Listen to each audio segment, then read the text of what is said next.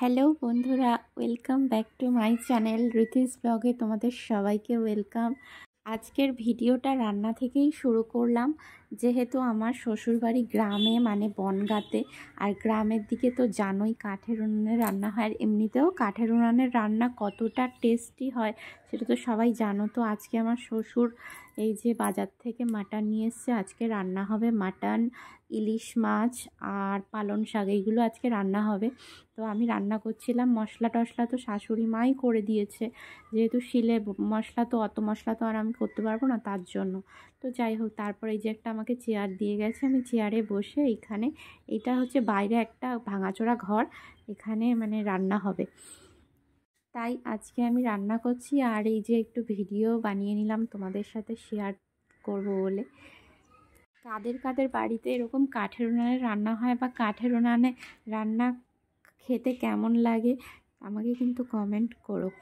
তো আমার তো খড়গপুরে টাউন এরিয়ায় তো আর এসব হয় না, আর আমাদের বাড়িতেও মানে আমার মা বাবার বাড়িতেও মানে কাঠের উনান নেই, যেহেতু আমাদের বাড়িও টাউনে, তো আমাদের বাড়ির ওখানেও মানে এসব নেই। আর আমার মাকে কোনোদিনই দেখিনি কাঠের উনানে রান্না করতে। তো যাই হোক, এই রান্নার কিন্তু দারুণ টেস্ট হয়, দারুণ খেতে হয়, সত্যি বলছি। তারপর এই যে আমি মানে রান্নাটা করে নিচ্ছি, মশলা দিয়েছি, আর এই যে মাটনটা দিয়ে দিচ্ছি। মাটনটাকে ভালোভাবে এখন মানে কষিয়ে নেব, অনেকক্ষণ ধরে কষাতে হবে, যেহেতু মাটন তাড়াতাড়ি তো সেদ্ধ হয় না, তো অনেকক্ষণ ধরে কষিয়ে নেব। আর দেখেছো মানে কত সুন্দর কালার এসেছে। আর এই যে রান্না হয়েছিল ইলিশ মাছ দিয়ে ফুলকপি, আর পালং শাক রান্না হবে বেগুন দিয়ে। আর মাটনটাও দারুণ টেস্টি হয়েছিল রান্নাটা, মানে পরে সবাই খেয়েছিল, আমরাও খেয়েছিলাম।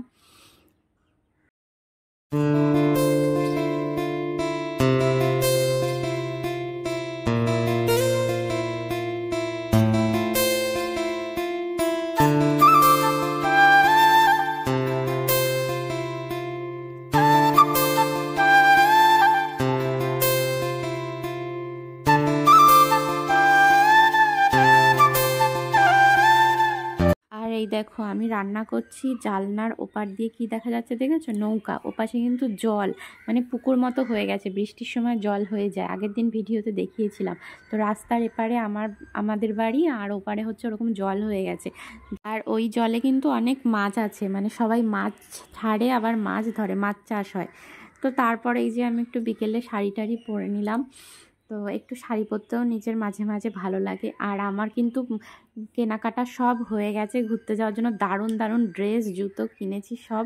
তো তোমরা কমেন্ট করো, তাহলেই আমি দেখাবো, নাহলে আমি ওই ভিডিও বানাবো না যে কি কি কিনেছি ঘুরতে যাওয়ার জন্য। আর কিছুদিন পরেই আমরা ঘুরতে যাচ্ছি, তো তোমরা কমেন্ট করো কারা কারা দেখতে চাও, তাহলে ভিডিও শেয়ার করবো। টাটা।